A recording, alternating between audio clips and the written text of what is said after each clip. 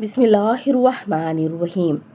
حدیث نبوی صلی اللہ علیہ وآلہ وسلم ہے کہ نبی اکرم صلی اللہ علیہ وآلہ وسلم مسجد میں آئے۔ ایک شخص نماز پڑھ رہا تھا۔ وہ دعا مانگتے ہوئے وہ اپنی دعا میں کہہ رہا تھا، اللہم لا الہ الا انت المنان بدیع السماوات والارض ذی الجلال والاکرام۔ تو نبی اکرم صلی اللہ علیہ وآلہ وسلم نے فرمایا، کیا تم جانتے ہو اس نے کس چیز سے دعا کی ہے؟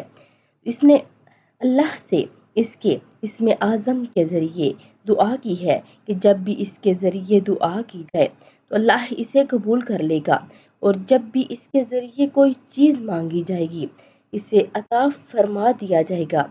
تو آپ سب بھی اس پر عمل کریں، اور اگر ویڈیو اچھی لگے تو لائک، شیئر اور سبسکرائب کر دیں۔